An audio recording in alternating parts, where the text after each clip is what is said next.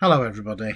It's good to be sharing with you again this week. I'm sorry that you've got me for 2 weeks on the trot. My colleague Stephen Yelland was going to prepare this service today, but is ill at the time of recording, and so I have stepped in for him.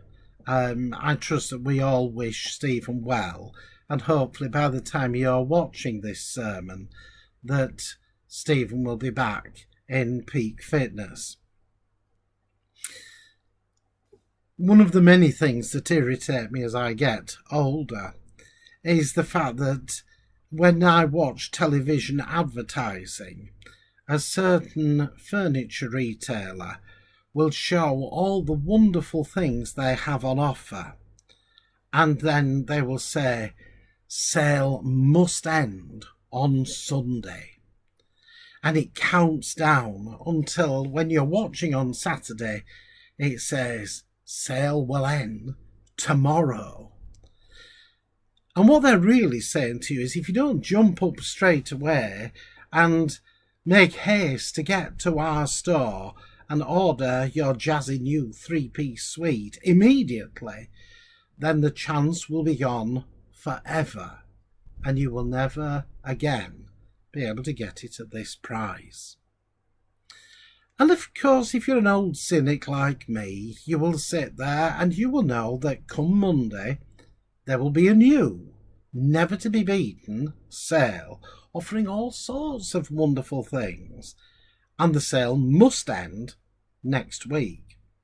To my knowledge, this has possibly been going on for well over 20 years now, and I've never known them not have a sale on and not have an imperative to go and buy quickly, lest we fail to get what we want. Online salespeople are jumping on the bandwagon and doing exactly the same. And you will go on and you will look for something that you want, and at the bottom of the advert it will say 3 only left in stock. And you might look at it and think, well, I've got 3. I can sit around for a little while because they won't go anywhere. But then they add another line in, just to put you under pressure. And that line will say something like 1,067 sold in the last 2 days, which sort of puts the pressure on and means if you don't get it now, you will miss out on your opportunity. I find myself wondering, why do people apply this sort of pressure to customers? And I think it is because, to be honest, most of us respond to pressure. I remember when I was studying for my degree, I would look through the course notes at the beginning of the 6-month course that I was studying, and I knew that at the end there would be a 5,000-word assignment that needed to be researched and written up. And at the beginning I'd think, that's 6 months' time and I've got to get all the studying in beforehand. And I would go right up to the final day. And the assignment always used to need to be handed in. The deadline was Saturday lunchtime. And I would go to work on Friday because I was doing this the tough way. I was working full-time and studying as well. And I'd go to work a full day on Friday, come home, sit at my computer, and would slam out an assignment at the very last minute, quite often working right into the night. Then get up on a Saturday, jump in the car, drive to Manchester, hand it in, and breathe a sigh of relief. And I would promise myself that next time it would be different. It never was. Because I believe in that adage sometimes, why do today what you can put off until tomorrow? There are times when we embark on a project and time is always an important element in it. And there are some really major projects that are time-bound, but perhaps one of the biggest things that we have ever seen in the world was that period when God was incarnate and came in the form of a man. And at around 30 years of age, Jesus embarked on his project. He embarked on his work of ministry. And that ministry was to create a new movement of faith that would bring the people back to God. And he had 3 years to do it. Just 3 years. And he started absolutely from scratch, picking what, in my opinion, was far from the perfect team, picking a rather odd bunch of men, and he starts on the process of preparing them to build the church for the future. The whole of Christianity rested on the shoulders of these 12 men. And Jesus worked with them for 3 years.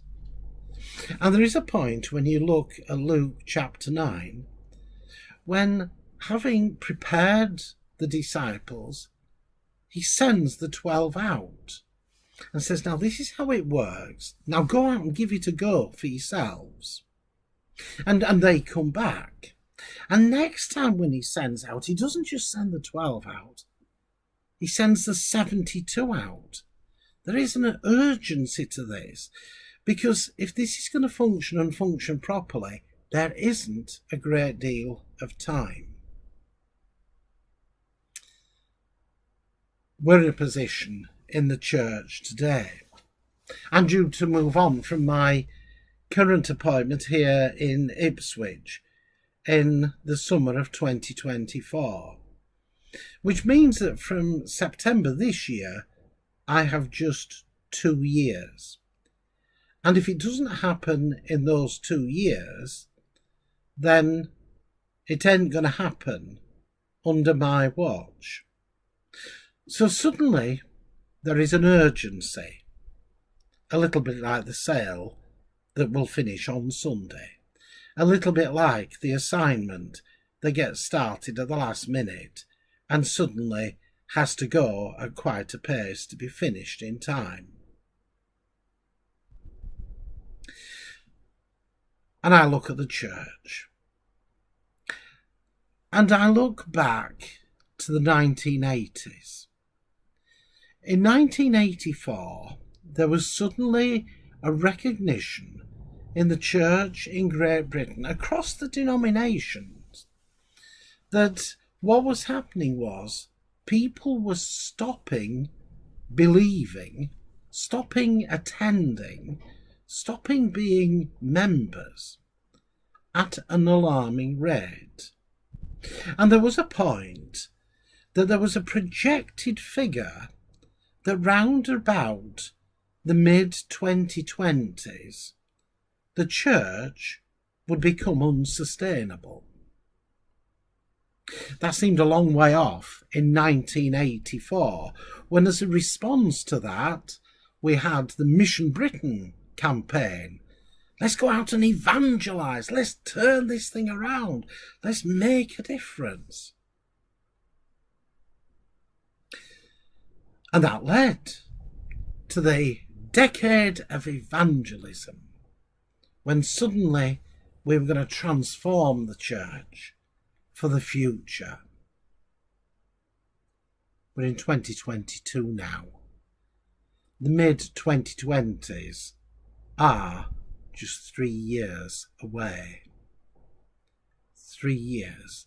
The same period of time that it took for Christ to get his team prepared to go out and do mission and build the church. I find that quite daunting. So I want to leave you today with 3 questions that you might ponder both now and in the weeks to come.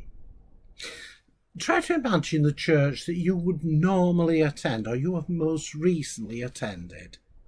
Try to imagine it. Think of the people. Where do you see that church being in 3 years' time? In 5 years' time? In 10 years' time? Think about the age profile of the people.